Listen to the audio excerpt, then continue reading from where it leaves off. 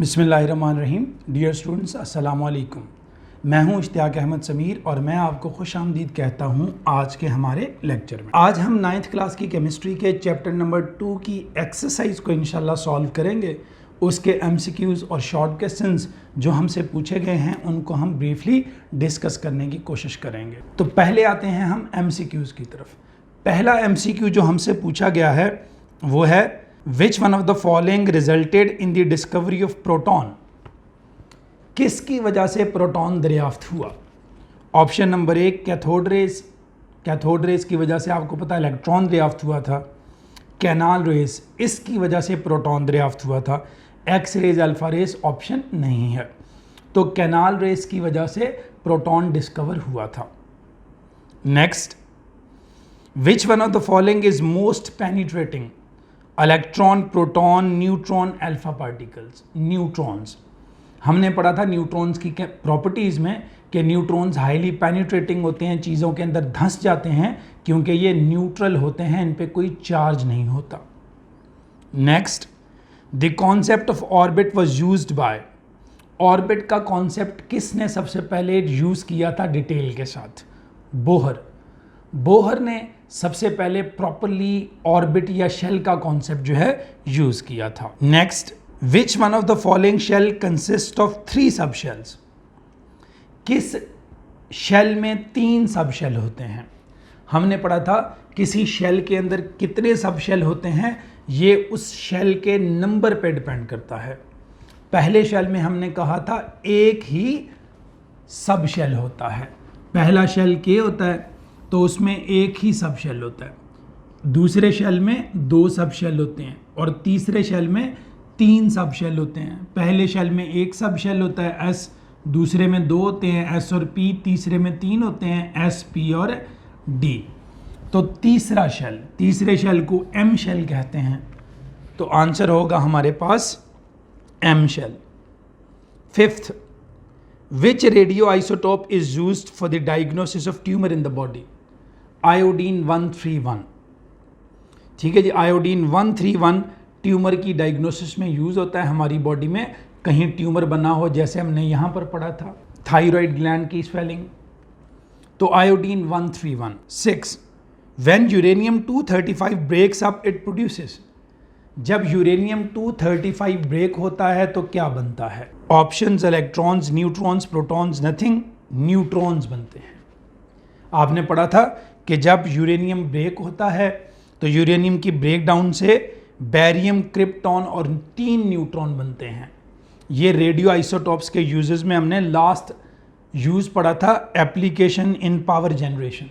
तो power generation में हमने पढ़ा था कि जब यूरेनियम 235 के ऊपर न्यूट्रॉन्स की बमबारी की जाती है तो उससे क्या प्रोड्यूस होता है? उससे बैरियम, क्रिप्टॉन और 3 न्यूट्रॉन प्लस एनर्जी प्रोड्यूस होती है। तो न्यूट्रॉन आंसर है हमारा। नेक्स्ट, 7th MCQ है the p sub shell has 1 orbital 2, 3, 4। P sub shell हमने पढ़ा था, इसके 3 ऑर्बिटल्स होते हैं। PX, P हमने पढ़ा था डम्बल शेप होता है, PX, PY और PZ। ये आपको कहा था PX, PY, PZ। तो हम कॉपी पे या वाइट बोर्ड पे ऐसे ही बना सकते हैं PX, PY, PZ। जो P सब शेल होता है उसके 3 ऑर्बिटल्स होते हैं मजीद, PX, PY, PZ। S का 1 होता है ऑर्बिटल, P सब शेल के 3 होते हैं, D के 5 होते हैं और F के 7। ये थोड़ा सा आउट ऑफ कोर्स है MCQ, लेकिन मैंने आपको डिस्कस किया था इलेक्ट्रॉनिक कन्फिग्रेशन में। Next, deuterium is used to make light water, heavy water, soft water, hard water. Heavy water, आपको पता है इसके 3 आइसोटोप्स होते हैं हाइड्रोजन के, H11 प्रोटियम, H12 ड्यूट्रियम और H13 ट्रीटियम। नॉर्मल वाटर के अंदर ये वाला हाइड्रोजन का आइसोटोप होता है। अगर हम इस हाइड्रोजन के आइसोटोप को यूज करके वाटर बनाएंगे तो उसको कहते हैं D2O, deuterium oxide. D2O heavy water. तो हैवी वाटर में ड्यूट्रियम यूज होता है। हाइड्रोजन का कौन सा आइसोटोप यूज होता है? ड्यूट्रियम। D2O उसका फॉर्मूला होता है, ड्यूट्रियम ऑक्साइड। तो प्रोटियम नॉर्मल वाटर में होता है, हैवी वाटर के अंदर ड्यूट्रियम होता है, तो deuterium is used to make heavy water. Next, the isotope carbon 12 is present in abundance of 96.9%, 97.6%, 99.7%, none of these. आपने किताब पर पढ़ा था 98.9% होता है, 98.9%, इनमें से कोई ऑप्शन भी वो नहीं है, तो none of these, D. Last MCQ है, who discovered the proton? Goldstein. आपने पढ़ा था प्रोटॉन को 1886 में गोल्डस्टाइन ने डिस्कवर किया था। ये हुए हमारे एमसीक्यू। अच्छा जी, आगे हम चलते हैं शॉर्ट क्वेश्चन की तरफ। पहला शॉर्ट क्वेश्चन जो हमसे पूछा गया है चैप्टर नंबर 2 की एक्सरसाइज में, वो है what is the nature of charge on cathode rays? Cathode rays पर चार्ज क्या होता है? मैंने यहाँ वाइट बोर्ड पे मेन आंसर या हिंट्स लिखे हुए हैं और मैं उन्हीं को एक्सप्लेन करूँगा आपके सामने। तो पहला हमारे पास जो सवाल था, कैथोड रेज पे क्या चार्ज होता है? Negative charge. आपको पता है कैथोड रेज पे क्या चार्ज होता है? Negative charge. हमने कैथोड रेज की प्रॉपर्टीज में पढ़ा था, when we pass cathode rays through electric field, जब हम कैथोड रेज को इलेक्ट्रिक फील्ड में से गुजारते हैं तो ये पॉजिटिव प्लेट की तरफ बेंड हो जाती हैं। कैथोड रेज का पॉजिटिव प्लेट की तरफ बेंड होना साबित करता है इन पे कौन सा चार्ज है? नेगेटिव चार्ज है। तो आपने साथ वो प्रॉपर्टी लिख देनी है। दूसरा सवाल, give 5 characteristics of cathode rays. Cathode rays की 5 खुसूसियात बयान करें।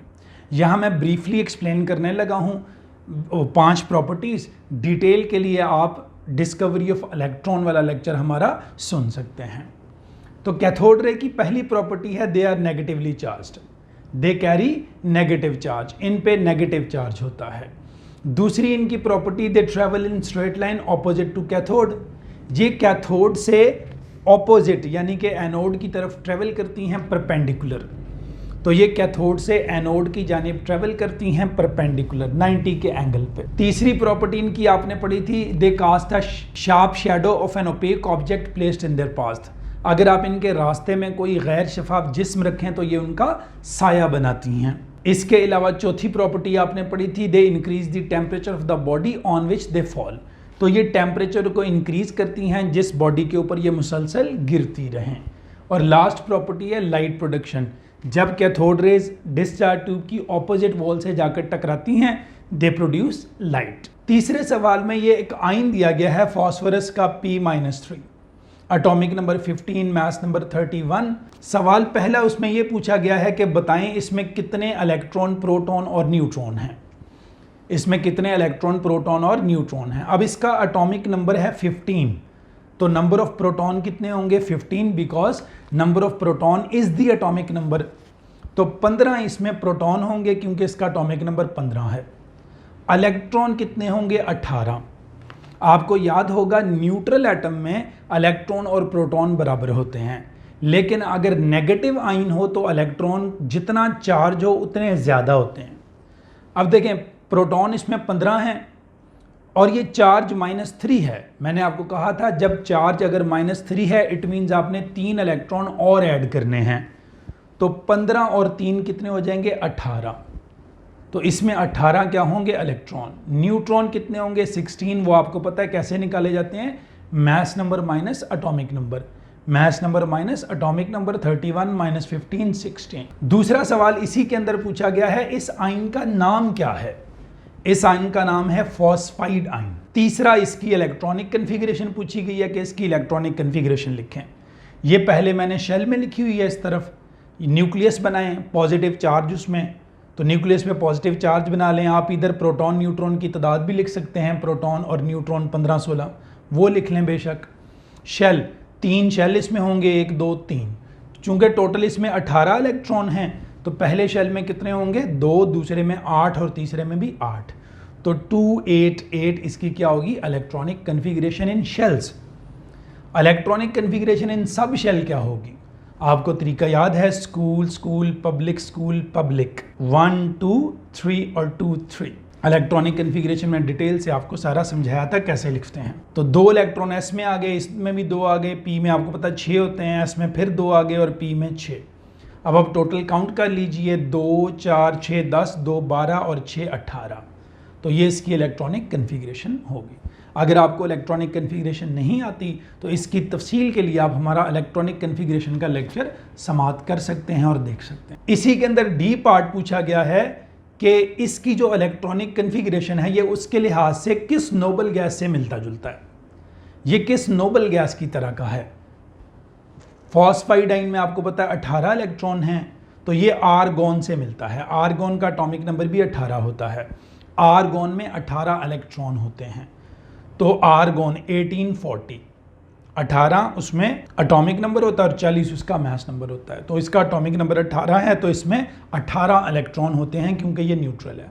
तो इलेक्ट्रॉन की तादाद के एतबार से आर्गोन नोबल गैस से मिलता जुलता है फॉस्फाइड आयन। चौथा शॉर्ट क्वेश्चन है, differentiate between shell and sub shell. Shell और सब शेल में फ़र्क बयान करें। Shell are the main energy levels that electrons can occupy.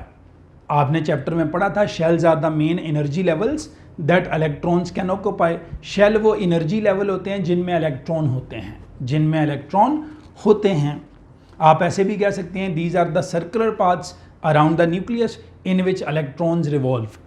ये सर्कुलर पाथ होते हैं न्यूक्लियस के गिर्द जिनके अंदर इलेक्ट्रॉन्स घूमते हैं। सब शेल क्या होते हैं? These are the parts of a shell. A shell is generally made up of one or more सब शेल। एक शेल अमूमन एक या एक से ज़्यादा सब शेल से बना होता है। तो सब शेल क्या होते हैं? ये पार्ट्स होते हैं किसी शेल के। जैसे मैंने आपको कहा था घर में कमरे होते हैं, इसी तरह एक शेल में सब शेल होते हैं। Shells are represented by letter notations K, L, M, N, etc. Shell को हम letters K, L, M, N वगैरह से रिप्रेजेंट करते हैं। पहले शेल को K, दूसरे को L, तीसरे को M वगैरह कहते हैं। जो सब शेल्स होते हैं they are represented by SPDF। Shells के अंदर जो नंबर ऑफ इलेक्ट्रॉन है आपको याद होगा 2n² फार्मूला से निकाले जाते हैं। 2n² फार्मूला के मुताबिक पहले शेल में 2 इलेक्ट्रॉन होते हैं, दूसरे में 8, तीसरे में 18, चौथे में 32। सब शेल्स S में आपको पता 2 इलेक्ट्रॉन होते हैं, P में 6, D में 10 और F में 14। ये उनकी मैक्सिमम कैपेसिटी है फॉर इलेक्ट्रॉन्स। अगेन अगर आपने ये शेल सब शेल वाला डिटेल में टॉपिक स्टडी करना है तो आप इलेक्ट्रॉनिक कन्फिग्रेशन वाले लेक्चर का शुरू वाला पार्ट देख लीजिए। पांचवा क्वेश्चन है, an element has atomic number 17। एक एलिमेंट है उसका एटॉमिक नंबर 17 है। How many electrons are present in KLM shell of an atom. इस एटम के KL और M में कितने इलेक्ट्रॉन होंगे? एटॉमिक नंबर 17 है, ऑब्वियसली आपको पता होगा क्लोरीन की जानिब इशारा है। तो इसके KLM में कितने इलेक्ट्रॉन होंगे? पहले में 2, दूसरे में 8, तीसरे में 7। तो 2 और 8 10 और 7 17। ठीक है जी। आप इसको शेल में भी बना सकते हैं और लाजमी बनाइएगा। पहला शेल बना के इस तरह, उसमें 2 इलेक्ट्रॉन, फिर अगले में 8 और अगले में 7। तो इस तरह बनाइएगा। तो K में 2, L में 8 और M में 7। ये इसमें इलेक्ट्रॉन्स होते हैं। अगला सवाल हमसे पूछा गया, electronic configuration of aluminium ion. Aluminium ion की इलेक्ट्रॉनिक कन्फिग्रेशन बताएं। एल्यूमिनियम पे चार्ज +3 होता है। याद रखिएगा एल्यूमिनियम का एटॉमिक नंबर 13 और मास नंबर 27 है। अब देखिए ये पॉजिटिव आयन है। पॉजिटिव आयन का मतलब है इसमें इलेक्ट्रॉन क्या हैं? खारिज। 3 इलेक्ट्रॉन निकले हुए हैं। +3 मीन 3 इलेक्ट्रॉन खारिज हुए हैं। जैसे यहाँ -3 था फॉस्फाइड का, इसका मतलब था 3 इलेक्ट्रॉन एब्जॉर्ब हुए हैं। तो हमने कहा था 15 और 3 18। यहाँ +3 है, इट मीन्स 3 इलेक्ट्रॉन खारिज किए हुए हैं इसने। तो जब प्लस चार्ज होगा आयन पे तो आपने एटॉमिक नंबर में से वो माइनस करना है। 13 में से 3 निकाल दें 10, इसमें टोटल 10 इलेक्ट्रॉन होंगे। अब 10 आपको पता है कैसे बनाते हैं, पहले शेल में 2, दूसरे में 8। तो इसमें 13 प्रोटॉन है, 27 - 13 14 न्यूट्रॉन है और 10 इलेक्ट्रॉन होंगे। 13 - 3, 13 में से 3 निकालें 10 इलेक्ट्रॉन, तो 2 और 8। तो पहले शेल में 2, दूसरे में कितने होंगे? 8। तो इसके K शेल में 2 इलेक्ट्रॉन है और L शेल में कितने होंगे? 8 इलेक्ट्रॉन। ये इसकी इलेक्ट्रॉनिक कन्फिग्रेशन है इन शेल। अगर आपको इलेक्ट्रॉनिक कन्फिग्रेशन इन सब शेल्स भी लिखनी है और लिखनी चाहिए तो सब शेल में आपको पता 10 इलेक्ट्रॉन कैसे लिखेंगे? 1s2 2s2 2p6, 2 2 4 और 6 10। तो ये इसके सब शेल में भी पूरे हो जाएंगे। तो 7वां सवाल है, मैग्नीशियम की इलेक्ट्रॉनिक कन्फिग्रेशन 2a2 है, यानी कि K L M इनमें ये इलेक्ट्रॉन हैं। पहला सवाल ये है, इसके वैलेंस शेल में कितने इलेक्ट्रॉन होंगे या आउटर मोस्ट में? तो इतना आसान सा सवाल है, आउटर मोस्ट शेल में कितने इलेक्ट्रॉन हैं? 2। ठीक है जी, KLM, तो इसके आउटर मोस्ट शेल में 2 इलेक्ट्रॉन हैं। आगे उसकी इलेक्ट्रॉनिक कन्फिग्रेशन पूछी गई है इन सब शेल, और साथ ये पूछा गया है असल में कि उसके आखिरी इलेक्ट्रॉन किस सब शेल में होंगे, आखिरी इलेक्ट्रॉन किस सब शेल में होंगे। तो सब शेल में इलेक्ट्रॉनिक कन्फिग्रेशन लिखें, स्कूल, पब्लिक स्कूल, 1 2 3 और 2, 2 2 4 और 6 10 और 2 12। तो इसके लास्ट इलेक्ट्रॉन कहाँ पर हैं? 3s2 में। तो 3s में इसके लास्ट इलेक्ट्रॉन है और वो कितने हैं? 2। तो जवाब है 3s। अगला सवाल ये है कि इसी के अंदर सब पार्ट है कि मैग्नीशियम इलेक्ट्रॉन लूज क्यों करता है। अब देखिए, मैग्नीशियम के पहले शेल में 2, दूसरे में 8, तीसरे में 2 इलेक्ट्रॉन हैं। मैग्नीशियम 2 इलेक्ट्रॉन आखिरी शेल के लूज कर देगा। क्यों? To complete its octet, to complete its octet. जब मैग्नीशियम 2 इलेक्ट्रॉन खारिज करेगा तो इसके आखिरी शेल में अब कितने रह जाएंगे? 8। तो 2 और 8 10, ये नोबल गैस की तरह हो जाएगा। नियॉन 10 होता है, तो ये नोबल गैस की तरह हो जाएगा। और आपने पढ़ा था एटम्स कोशिश करते हैं कि उनके आखिरी शेल में कितने इलेक्ट्रॉन हो जाएं? 8। अपना ऑक्टेट वो कंप्लीट कर लें ताकि वो नोबल गैस की तरह हो जाएं। तो इसके जो करीब तरीन नोबल गैस है वो नियॉन है। नियॉन में 10 इलेक्ट्रॉन होते हैं। तो ये 2 इलेक्ट्रॉन अपने वैलेंस शेल के खारिज करेगा ताकि ये नोबल गैस नियॉन की तरह हो जाए और स्टेबल हो जाए। ठीक है जी। तो अपने ऑक्टेट को कंप्लीट करने के लिए अपने आखिरी शेल में 8 इलेक्ट्रॉन पूरे करने के लिए ये 2 लूज कर देगा आखिरी शेल वाले। अगला सवाल इतना आसान सा है, नेचर ऑफ चार्ज पूछी गई है। कोई एटम अगर इलेक्ट्रॉन खारिज करे तो उस पर कौन सा चार्ज आता है? अगर कोई एटम इलेक्ट्रॉन खारिज करेगा तो पॉजिटिव चार्ज आता है। आपको पता है इलेक्ट्रॉन खारिज होने का मतलब है प्रोटॉन ज़्यादा हो जाएंगे। फिर उसमें न्यूट्रल एटम में इलेक्ट्रॉन और प्रोटॉन बराबर होते हैं। जब कोई एटम इलेक्ट्रॉन खारिज कर देगा, इलेक्ट्रॉन कम हो जाएंगे, प्रोटॉन ज़्यादा हो जाएंगे, तो इस वजह से उस पर पॉजिटिव चार्ज आ जाएगा। जब कोई एटम इलेक्ट्रॉन गेन करेगा तो नेगेटिव चार्ज आ जाएगा। इलेक्ट्रॉन गेन करने से नेगेटिव चार्ज क्यों आता है? क्योंकि इलेक्ट्रॉन गेन करने से उसमें इलेक्ट्रॉन ज़्यादा होने लग जाते हैं एज़ कम्पेयर टू प्रोटॉन। अब क्लोरीन देखिए, उसमें 17 इलेक्ट्रॉन 17 प्रोटॉन हैं। जब वो एक इलेक्ट्रॉन और गेन करेगा तो उसमें 18 इलेक्ट्रॉन हो जाएंगे और 17 प्रोटॉन, तो एक इलेक्ट्रॉन ज़्यादा, इट मीन्स माइनस हो जाएगा। तो इलेक्ट्रॉन खारिज करने से पॉजिटिव चार्ज आता है, इलेक्ट्रॉन गेन करने से, हासिल करने से नेगेटिव चार्ज आता है। 9वां सवाल है यूरेनियम 235 का यूज़, कि यूरेनियम 235 किस मकसद के लिए इस्तेमाल किया जाता है। आइसोटॉप्स के यूज़ में लास्ट यूज़ आपने पढ़ा था पावर जनरेशन, तो ये पावर जनरेशन वाला पॉइंट उसमें लिखना है। यूरेनियम 235 के ऊपर हमने पढ़ा था जब न्यूट्रॉन्स की बम्बार्डमेंट की जाती है, बमबारी की जाती है, तो यूरेनियम 235 ब्रेक हो जाता है इनटू बैरियम, क्रिप्टॉन और 3 न्यूट्रॉन में। तो ये बैरियम प्रोड्यूस करता है, क्रिप्टॉन और 3 न्यूट्रॉन, और साथ बहुत ज़्यादा एनर्जी, जिसको हम क्या कहते हैं? Atomic energy. इस एनर्जी से हमने पढ़ा था कि हम लोग क्या करते हैं, इस एनर्जी से हम वाटर को स्टीम में कन्वर्ट करते हैं, भाप में। उस स्टीम से फिर टरबाइंस चलाते हैं और टरबाइंस कनेक्टेड होती हैं जनरेटर के साथ, और जनरेटर क्या प्रोड्यूस करते हैं? इलेक्ट्रिसिटी। तो ये इलेक्ट्रिसिटी या पावर जनरेशन में यूज़ होता है। तो यूरेनियम 235 का यूज़ कहाँ है? बिजली या पावर जनरेशन में, बिजली की पैदावार में या पावर जनरेशन में। तो इसमें ये पॉइंट आपने पावर जनरेशन वाला सारा लिखना है। 10वां, a patient has goitre, how will be detected. मरीज़ को गॉइटर है, थायराइड ग्लैंड की स्वेलिंग आपने पढ़ा था, तो उसे हम लोग क्या कहते हैं? गॉइटर। तो एक पेशेंट को गॉइटर है तो कहता वो कैसे डिटेक्ट होगा? आपने पढ़ा था आयोडीन 131 की मदद से। तो आयोडीन 131 का जो आइसोटॉप है ये यूज़ किया जाता है for the detection of goitre in thyroid gland. 11वां सवाल है पॉजिटिव रेज की 3 प्रॉपर्टीज़ बयान करें। नंबर 1 सिंपल प्रॉपर्टी है, they carry the positive charge. Positive raise के ऊपर कौन सा चार्ज होता है? पॉजिटिव चार्ज होता है। दूसरी property, they travel opposite to the cathode rays. ये कैथोड रेज की ऑपोजिट डायरेक्शन में ट्रैवल करती हैं, ये एनोड से कैथोड की तरफ ट्रैवल करती हैं। तीसरा, इनकी जो नेचर होती है वो गैस पे डिपेंडेंट होती है। डिस्चार्ज ट्यूब में गैस को चेंज किया जाए तो इनकी नेचर क्या हो जाती है? चेंज हो जाती है। और प्रॉपर्टीज़ भी बुक में लिखी हुई हैं, आप कोई भी अपनी मर्जी की भी लिख सकते। 12वें शॉर्ट क्वेश्चन की तरफ आते हैं। 12वें शॉर्ट क्वेश्चन में पूछे गए हैं defects of Rutherford's atomic model. Rutherford's atomic model वाले लेक्चर में आपने पढ़ा था कि 2 डिफेक्ट्स जो हैं वो इसके अंदर मेन स्टडी किए गए थे। पहला, क्लासिकल थ्योरी ऑफ रेडिएशन वालों ने एतराज़ किया था कि इलेक्ट्रॉन बीइंग दी नेगेटिवली चार्ज पार्टिकल, जब ये न्यूक्लियस के गिर्द रिवॉल्व करेगा, घूमेगा, तो ये मुसलसल एनर्जी खारिज करता रहेगा। इलेक्ट्रॉन जब न्यूक्लियस के गिर्द घूमता रहेगा तो ये मुसलसल एनर्जी खारिज करता रहेगा, जिसके नतीजे में इसकी एनर्जी क्या होती जाएगी, कम, और ये न्यूक्लियस के करीब आता जाएगा और एक वक्त आएगा अल्टीमेटली ये न्यूक्लियस में जा गिरेगा, जिससे एटम कोलैप्स कर जाएगा, तबाह हो जाएगा।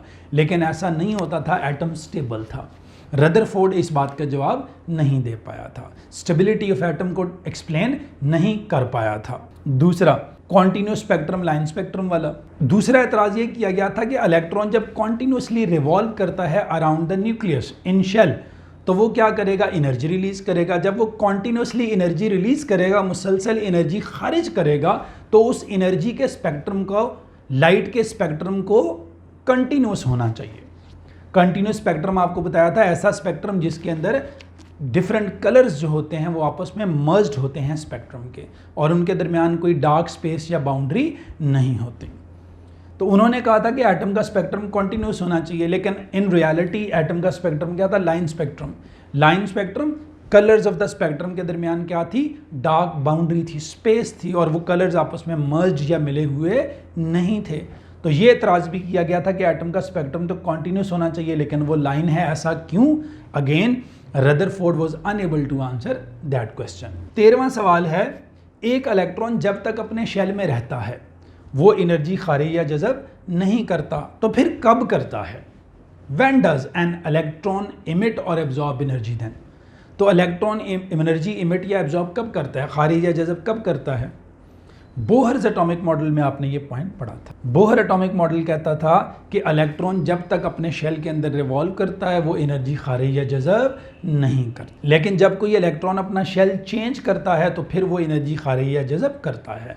आपने पढ़ा था जब इलेक्ट्रॉन लोअर से हायर शेल में जाता है तो वो एनर्जी एब्जॉर्ब करता है। जब कोई एटम उसका इलेक्ट्रॉन लोअर शेल से हायर शेल में जाता है तो वो एनर्जी एब्जॉर्ब करता है, और जब इलेक्ट्रॉन हायर से लोअर शेल में आता है तो वो एनर्जी क्या करता है, रिलीज करता है। ये था हमारा आज का लेक्चर, जिसमें मैंने आपको शॉर्ट क्वेश्चंस और MCQ करवाए। अगर आपको हमारा आज का लेक्चर पसंद आया है तो हमारे इस चैनल को लाइक करना, सब्सक्राइब करना और दोस्तों के साथ शेयर करना हरगिज़ मत भूलिएगा, ताकि हमारी हौसला अफजाई हो और हम आपके लिए ज़्यादा से ज़्यादा लेक्चर्स ला सकें। इश्तियाक अहमद समीर को इजाज़त दीजिए। अल्लाह हाफिज़। अस्सलामु अलैकुम।